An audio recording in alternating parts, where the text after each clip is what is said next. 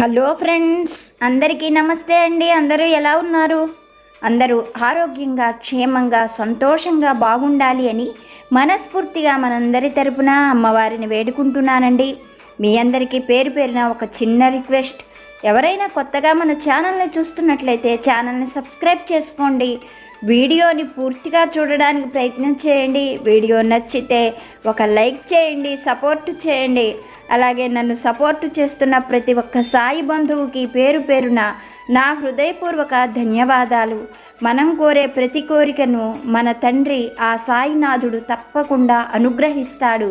మన జీవితంలో సంతోషము, ఆనందము ఆ తండ్రి పాదాల నుండి మనకి ఎల్లవేళలా లభించాలని మనస్ఫూర్తిగా మనందరి తరపున బాబాగారిని వేడుకుంటున్నాను. ఈరోజు కూడా మనకి బాబాగారు ఒక చక్కని సందేశాన్ని అనుగ్రహించారు. కనుక మన సాయి పైన భక్తి శ్రద్ధలతో గురువాక్కుగా భావించి బాబాగారి సందేశాన్ని ఆలకిద్దాము.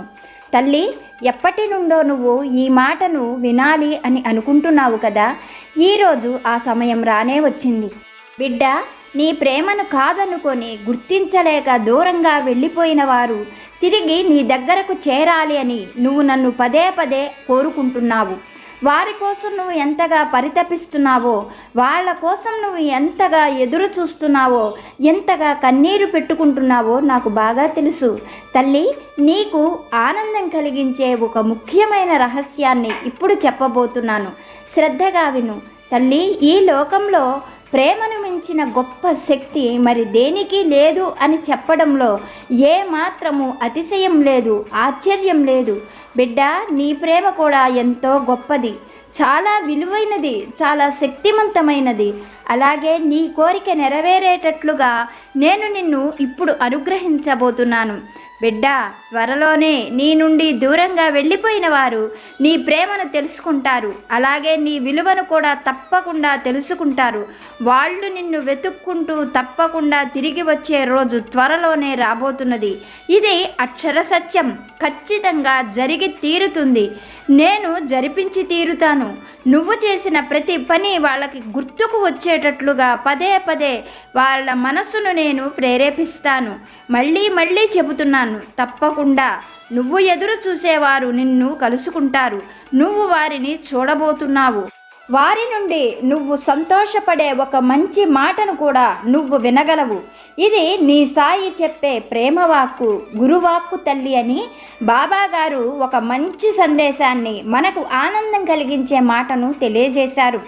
ఏ కారణాల చేతనైనా కానీ తల్లి నుండి వేరైపోయిన బిడ్డలు కానీ, భర్త నుండి వేరైపోయిన భార్య కానీ, అలాగే భార్య నుండి దూరంగా ప్రేమను కాదనుకొని వెళ్ళిపోయిన భర్త కానీ, ఎవరైనా సరే మన ప్రేమలో నిజాయితీ, నియమము అనేది ఉంటే బాబాగారు తప్పకుండా మనకి సహాయం చేస్తాను అని చెబుతున్నారు.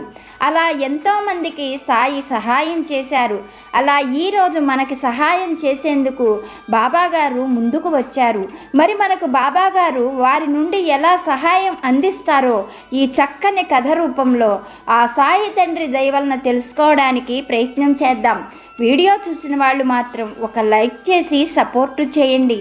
పూర్వం ఒక గ్రామంలో ఒక రైతు కుటుంబం నివసిస్తూ ఉండేది. వాళ్లకు ఆస్తులు పాస్తులు ఏమీ లేవు.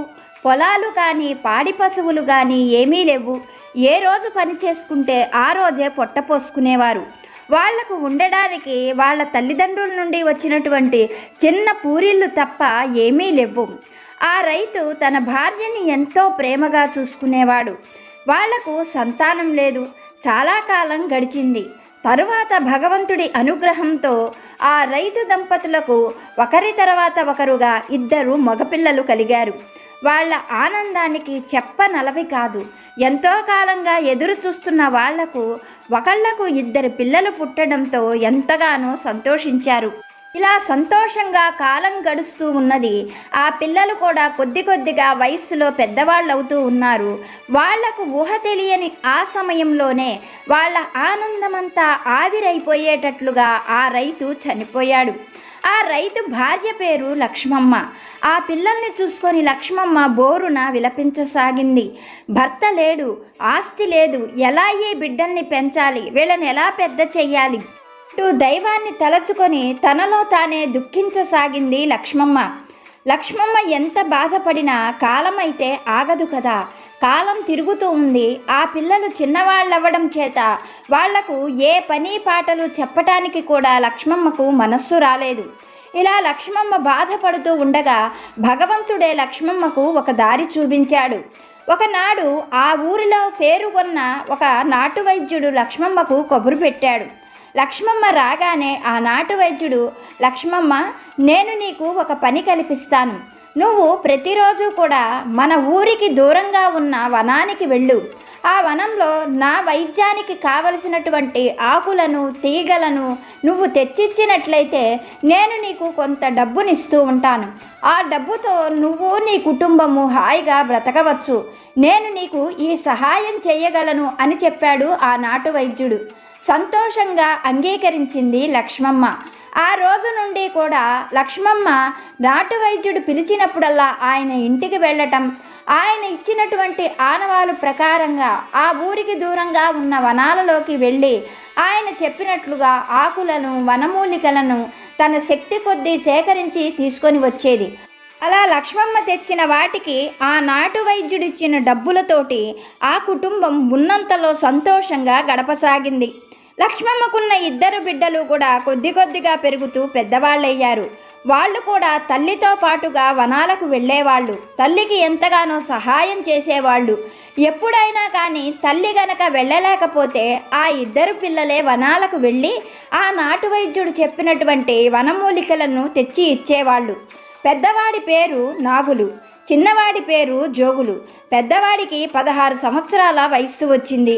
రెండోవాడికి 14 సంవత్సరాల వయస్సు రావడంతో వాళ్ళు తల్లితో, అమ్మా, ఇప్పటి వరకు నువ్వు మమ్మల్ని నాన్న లేకపోయినా ఎంతో ప్రేమగా పెంచావు. ఏ కష్టము మాకు తెలియకుండా చేశావు. ఇంక నుండి వనంలోకి వెళ్ళి వనమూలికలు తెచ్చే పనిని మేము చేస్తాం. నువ్వు ఇంట్లోనే ఉండి మా ఇద్దరినీ చూసుకుంటూ ఉండు. నువ్వు ఇంకా కష్టపడవలసిన పని లేదు తల్లి అని పెద్దవాడు నాగులు తల్లితో చెప్పాడు. చిన్నవాడు కూడా ఆ మాటే చెప్పడంతో లక్ష్మమ్మ ఎంతగానో మురిసిపోయింది. ఆ రోజు నుంచి కొడుకులిద్దరూ కూడా నాటు వైద్యుడు చెప్పినటువంటి మూలికలను తేవడానికి వనాలకు వెళ్ళి వచ్చేవారు. ఇలా కాలం జరుగుతూ ఉండగా ఒకనాడు నాటు వైద్యుడు లక్ష్మమ్మను కూడా మళ్ళీ పిలిపించాడు. అలా లక్ష్మమ్మ తన 2 బిడ్డలతో వైద్యుడి దగ్గరికి రాగానే వైద్యుడు లక్ష్మమ్మను కూర్చోబెట్టి, లక్ష్మమ్మ, నేను మొన్న పట్నం వెళ్ళి వచ్చాను. పట్నంలో బాగా పేరున్న ఒక వర్తకుడికి తీవ్రమైన జబ్బు చేసింది. ఆ జబ్బుకు కావలసిన వనమూలికలు మన వనాలకి దగ్గరలోనే ఉన్నాయి. నువ్వు వాటిని జాగ్రత్తగా తీసుకొచ్చి ఇచ్చినట్లయితే మనము చాలా ధనాన్ని ఆ వర్తకుడి నుండి సేకరించవచ్చు. ఆ ధనంలో నేను నీకు కొంత ఇస్తాను. నువ్వు ఆ ధనంతో పొలాన్ని కొనుక్కో, పశువుల్ని కొనుక్కో. మీ కుటుంబం హాయిగా బ్రతకవచ్చు. నీ బిడ్డలిద్దరూ ముత్యాల్లాగా ఉన్నారు. వాళ్ళు ఆ పొలం పనులు, పశువుల పనులు చేసుకుంటూ సంతోషంగా జీవించవచ్చు కదా అంటూ ఆమె చేతిలో కొన్ని వనమూలికల్ని పెట్టాడు. లక్ష్మమ్మ వీటిని గుర్తుపట్టి వీటిలాగా ఉన్నటువంటి వాటిని 2 సంచుల నిండా తీసుకొని రండి అంటూ ఆమెకు సంచుల్నిచ్చి పంపించాడు. వైద్యుడు ఇచ్చిన వాటితో ఇంటికి చేరుకున్న తరువాత లక్ష్మమ్మను చూసి కొడుకులిద్దరూ, అమ్మా, ఈ పాటి పనికి నువ్వు ఇంట్లో ఉండు. మేమే వెళ్ళి ఎలాగోలాగో కష్టపడి ఆ వైద్యుడు చెప్పినటువంటి ఈ వనమూలికలను తీసుకొని వస్తాం. సాయంకాలానికల్లా ఇంటికి చేరుకుంటాము అంటూ కొడుకులిద్దరూ కూడా ఎంతో హుషారుగా ఆ వనాలకు వెళ్ళారు. ఆ రోజంతా కూడా ఆ వనమంతా తిరిగారు. కానీ వైద్యుడు చెప్పినటువంటి ఆకులు, వనమూలికలు వాళ్ళకి ఎక్కడా ఆ వనంలో కనిపించలేదు. కనుక వెళ్ళేటప్పుడు ఎంతో హుషారుగా వెళ్ళిన అన్నదమ్ములిద్దరూ వచ్చేటప్పుడు దిగాలుగా ఇంటికి వచ్చారు. అలా వచ్చిన కొడుకుల్ని చూసిన లక్ష్మమ్మ వాళ్లకు కావలసినవన్నీ అందించి, ఏం నాయనా, వెళ్ళినటువంటి పని ఏమయ్యింది అని కొడుకుల్ని అడిగింది. తల్లి మాటలకు కొడుకులిద్దరూ ఏకకంఠంతో ఎంతో దిగాలుగా తాము పొద్దుటి నుండి సాయంకాలం వరకు వనమంతా కూడా తిరిగామని, అణువు అణువు గాలించిన వైద్యుడు ఇచ్చినటువంటి ఆ వనమూలికలు లాంటివి ఎక్కడా కూడా ఆ వనంలో దొరకలేదని, చివరికి విసిగి వేసారి ఇంటికి తిరిగి వచ్చామని, ఒట్టి చేతులతో ఇలా రావడం తమకు చాలా బాధగా ఉంది అని కొడుకులిద్దరూ తల్లితో ఎకరువు పెట్టారు. కొడుకుల మాటలు విన్న లక్ష్మమ్మ చిరునవ్వుతో, నాయనలారా, ఈరోజు రాత్రికి విశ్రాంతి తీసుకోండి, నేను చెప్పినట్లుగా చెయ్యండి, మర్నాడు మీకు తప్పకుండా ఈ వనమూలికలు దొరుకుతాయి. మనకు కావలసిన ఈ వనమూలికలు మనం నిత్యం తెచ్చేటువంటి వనంలో దొరికేటువంటివి కాదు. ఇవి చాలా విలువైనటువంటి వనమూలికలు. వీటి కోసం మీరు ఎక్కువగా శ్రమ పడవలసి ఉంటుంది, ఎక్కువ దూరం ప్రయాణం చేయవలసి ఉంటుంది. మన వనాలకు అవతలగా ఉన్న దూరంగా కనిపించే ఆ కొండల మీదకు వెళ్ళాలి. ఆ కొండల్లోనే ఈ వనమూలికలు ఉంటాయి అని కాలం నాడు నాకు మీ నాన్న చెప్పారు. కనుక రేపు మీరు ఉదయాన్నే లేచి బయలుదేరి వెళ్ళండి. ఆ కొండల మీద ఈ వనమూలికలు ఉంటాయి. వాటిని జాగ్రత్తగా తీసుకొని సాయంకాలానికి ఇంటికి చేరుకోండి. నేను మీకోసం ఎదురు చూస్తూ ఉంటాను అంటూ కొడుకులిద్దరిని బుజ్జగించింది లక్ష్మమ్మ. అన్నట్లుగానే మర్నాడు తెల్లవారుజామునే కొడుకులిద్దరూ కూడా నిద్రలేచి తల్లి పెట్టినటువంటి చద్దన్నం తినేసి గబగబా నడుస్తూ ఆ వనాన్ని దాటి కొండల వైపుకి బయలుదేరారు. అలా వాళ్ళిద్దరూ వడివడిగా నడుస్తూ మధ్యాహ్నం అయ్యేసరికి ఆ కొండ ప్రాంతాలకు చేరుకున్నారు. లక్ష్మమ్మ చెప్పినట్లుగా వైద్యుడిచ్చినటువంటి ఆ వనమూలికలు ఆ కొండ ప్రాంతంలో బాగా పుష్కలంగా ఉన్నాయి. అన్నదమ్ములిద్దరూ కూడా ఎంతో సంతోషంగా హుషారుగా గబగబా ఆ వనమూలికలను వైద్యుడిచ్చిన 2 సంచుల్లో నిండా నింపేశారు. తాము పడినటువంటి శ్రమంతా కూడా రేపటికి డబ్బు రూపంలో తమకి అందుతుంది అని తెలిసి అన్నదమ్ములిద్దరూ కూడా ఎంతగానో సంతోషించారు. ఒకరిని ఒకరు మెచ్చుకుంటూ ఆ కొండంతా కూడా కలయదిరుగుతున్నారు. మళ్ళీ ఎప్పటికో కానీ ఈ కొండ వైపుకి రాము కదా అని అనుకుంటూ అన్నదమ్ములిద్దరూ కూడా తిరిగి చూసేసరికి సాయంకాలం వేళయింది. వెంటనే పెద్దవాడు నాగులు, తొందరగా ఇంటికి వెళ్ళిపోదాం, మళ్ళీ మనం నడిచి వెళ్ళేసరికి రాత్రి వేళ అయిపోతుంది, ఇదంతా కూడా వనం కనుక ఇక్కడ ఏ జంతువులు ఉంటాయో తెలియదు కదా, తొందరగా వెళ్ళిపోదాం అంటూ తమ్ముణ్ణి తొందర పెట్టసాగాడు.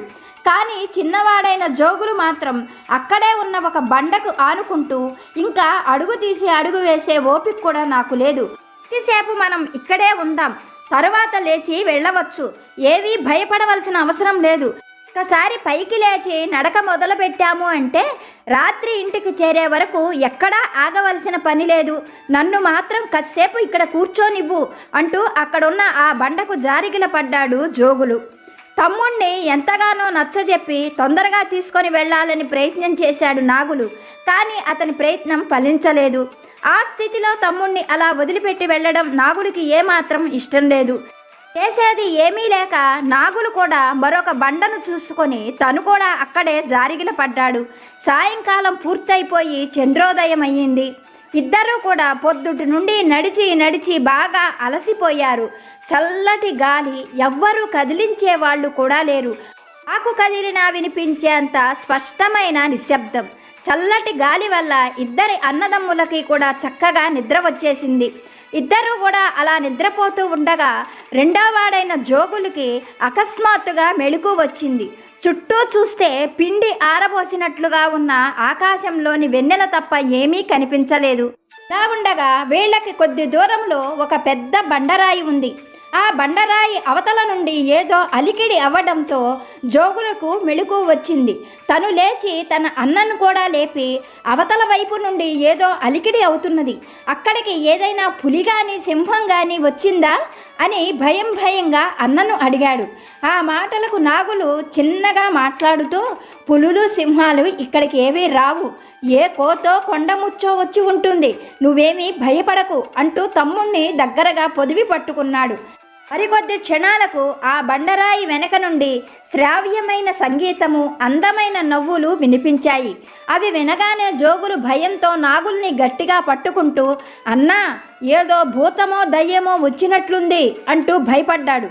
తమ్ముడి మాటలతో అన్న, నువ్వేమీ భయపడకు, ఈ కొండ దేవతల కొండని అమ్మ చెప్పింది, అందుకని మనం భయపడవలసిన పని లేదు అంటూ అన్నదమ్ములిద్దరూ మాట్లాడుకుంటున్నారు. వీళ్ళిలా మాట్లాడుకోవడంతో ఒక్క క్షణంగా ఆ అందమైన సంగీతము, నవ్వులు ఆగిపోయినాయి. కొద్ది క్షణాల్లోనే ఆ కొండ చాటు నుండి ఒక 4 దేవకన్యలు నాగులు జోగులు దగ్గరకు చేరుకున్నారు. వాళ్ళను చూడగానే నాగులకి జోగులకి పరమ సంతోషం కలిగింది. ఎందుకంటే ఎప్పుడూ కూడా అటువంటి అందమైన మొహాలను, అంత అందమైన సంగీతాన్ని, నవ్వులను వీళ్ళు చూసి ఉండలేదు. అవి చూడగానే నాగులు జోగులు కూడా ఇద్దరు సంతోషంతో చప్పట్లు కొడుతూ, ఎవరు మీరు? మిమ్మల్ని చూస్తుంటేనే మాకు చాలా సంతోషంగా ఉంది అని అడిగారు. అందుకు ఆ దేవకన్యలు, మేము గంధర్వ కన్యలం, మేము సంతోషంగా గడపాలి అన్న ఉద్దేశంతోనే పౌర్ణమి రోజు ఈ కొండ మీద ఆడుకునేందుకు అప్పుడప్పుడు ఇక్కడికి వస్తాం. మిమ్మల్ని చూస్తుంటే మాకు కూడా చాలా సంతోషంగా అనిపిస్తున్నది అని చెప్పారు ఆ గంధర్వ కన్యలు. మాటలు విన్న రెండో వాడు జోగులు పరమ సంతోషంగా, మీరు గంధర్వులా? మీరు ఎక్కడ ఉంటారు? మీ ఊరేమిటి? అంటూ అమాయకంగా ప్రశ్నించాడు. అయితే పెద్దవాడైన నాగులు మాత్రం వాళ్ళు తమకు ఏదైనా అపకారం చేస్తారేమోనని భయపడ్డాడు. ఆ గంధర్వ కన్యలు ఆ అన్నదమ్ముల్ని చూస్తూ, మీరు భయపడవలసిన పని లేదు, మేము మీకు ఏ అపకారము చెయ్యము, దిగో ఆ కనిపిస్తున్నదే మా ఊరు అంటూ పడమర దిక్కుని చూపించారు. వాళ్ళు అన్నదమ్ములిద్దరూ కూడా అటువైపు చూడగానే అక్కడ ఒక పెద్ద ఇంద్రధనస్సు కనిపించింది. ఇంద్రధనస్సును చూడగానే జోగులు, అది ఇంద్రధనస్సు కదా, వర్షాకాలంలో మా ఊళ్ళో కనిపిస్తుంది అన్నాడు అమాయకంగా. అప్పుడు గంధర్వ కన్యలు, అది ఇంద్రధనస్సు కాదు, మా ఊరు వెళ్ళే వంతెన అని చెప్పారు. ఆ మాటలకు జోగులు ఎంతగానో సంబరపడిపోతూ, అయితే మేము కూడా మీ ఊరు రావచ్చా? ఎలా రావాలి అంటూ ప్రశ్నించాడు. ఆ మాటలకు గంధర్వ కన్యలు పకపక నవ్వుతూ, దాందేముంది, మేం తీసుకొని వెళతాం, మా ఊరు రండి, మీకు నచ్చినంత కాలం మా ఊళ్ళో మాతో పాటు ఉండవచ్చు, మీకు ఇష్టం లేనప్పుడు మళ్ళీ మేము మిమ్మల్ని తీసుకొని వచ్చి ఇక్కడే దిగబిడిచి వెళ్ళిపోతాం. ఎంతో సుతారంగా అన్నదమ్ములిద్దరి చేతులు పట్టుకున్నారు. ఎప్పుడూ కూడా అటువంటి స్పర్శను అనుభవించలేదు ఆ అన్నదమ్ములు. ఇద్దరికీ కూడా గంధర్వ కన్యల చేతులు తాకగానే ఒక కొత్తదనంగా సంతోషంగా అనిపించింది.